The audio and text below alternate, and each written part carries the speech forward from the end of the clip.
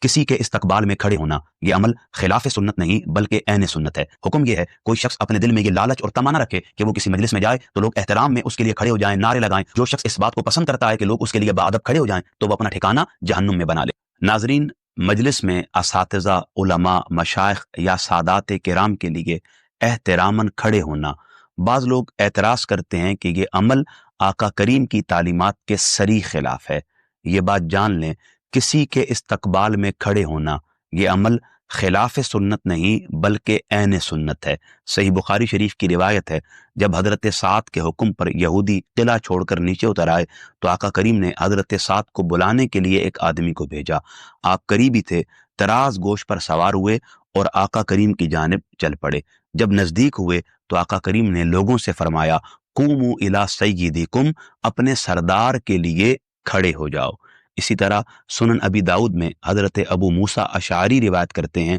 آقا کریم علیہ الصلوۃ والسلام نے فرمایا، بلا شبہ بوڑھے مسلمان، صاحب قرآن اور عادل حکمران کی تعظیم کرنا، روایت کے لفظ ہیں کہ ان تینوں کی تعظیم کرنا اللہ ہی کی تعظیم کا ایک حصہ ہے۔ اسی طرح امام نسائی نے عائشہ بنت طلحہ اور ام المومنین سیدہ عائشہ صدیقہ رضی اللہ تعالی عنہا کے طریق سے بیان کیا ہے، آقا کریم کا یہ عمل تھا کہ جب بھی سیدہ کائنات مخدومہ کونین سیدہ فاطمہ الزہرا سلام اللہ علیہا مجلس میں تشریف لے کر آتی، آقا کریم احتراماً کھڑے ہو جاتے، آگے بڑھتے، آپ کو بوسہ دیتے اور آپ کا ہاتھ پکڑ کر اپنی جگہ پر بٹھا دیتے۔ لہٰذا اساتذہ، علماء، مشائخ یا سادات کرام کے احترام میں کھڑے ہونا یہ خلاف سنت نہیں بلکہ عین سنت ہے۔ البتہ توازن قائم رکھنا بہت ضروری ہے۔ حکم یہ ہے کوئی شخص اپنے دل میں یہ لالچ اور تمنا رکھے کہ وہ کسی مجلس میں جائے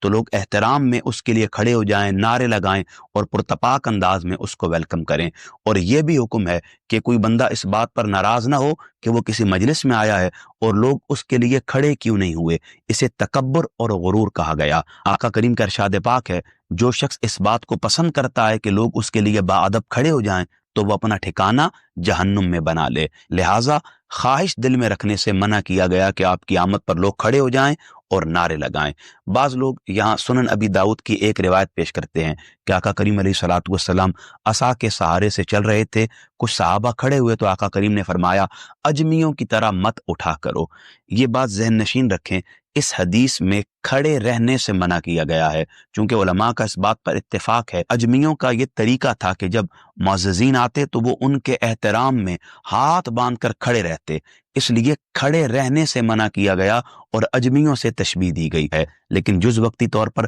اگر کسی کا استقبال کیا جاتا ہے، صاحب ثروت کو، صاحب عزت کو، صاحب علم کو، صاحب مسند کو اگر احترام کے طور پر ویلکم کیا جاتا ہے کھڑے ہو کر، تو یہ سنت کے مطابق ہے، خلاف سنت نہیں ہے۔ اسی طرح امام عسقلانی فتح الباری میں لکھتے ہیں، قیام 4 طرح کا ہے: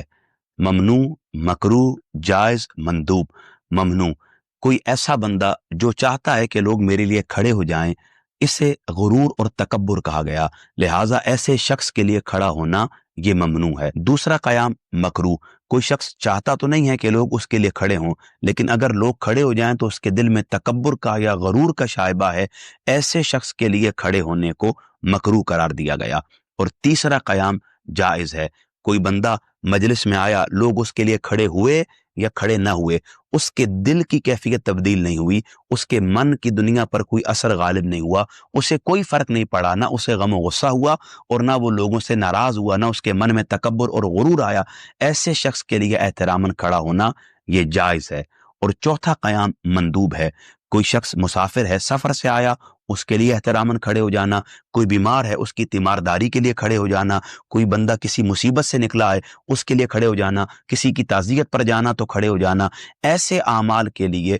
کھڑا ہونا یہ مندوب کہلاتا ہے۔ آخر میں اتنا ہی کہوں گا، بعض لوگ اپنے آپ کو عقل کل سمجھتے ہیں اور وہ یہ خیال کرتے ہیں کہ ہم ہمیشہ صحیح ہیں اور لوگ ہمیشہ غلط ہیں۔ بس ہمیں سمجھنا چاہیے کہ اگر آپ کے سامنے کوئی ایک حدیث آئی ہے تو ضروری نہیں ہے کہ وہ ایک حدیث ہی ہو، بلکہ اس حدیث کی وضاحت کے لیے مختلف احادیث بھی موجود ہو سکتی ہیں، اور رہنمائی لینے کے لیے صرف ایک حدیث پر اکتفا نہیں کرنا چاہیے۔ ہاں، ایک حدیث پر اکتفا کرنا یہ غلط نہیں ہے، لیکن اگر آپ نتیجہ غلط اخذ کر رہے ہوں، لوگوں پر فتویٰ غلط لگا رہے ہوں اور اپنی رائے کے ذریعے فتنہ و فساد پیدا کر رہے ہوں، تو میں سمجھتا ہوں اس سے بچنا چاہیے، چونکہ یہ عمل آقا کریم علیہ الصلوۃ والسلام کی تعلیمات کے صریح خلاف ہے۔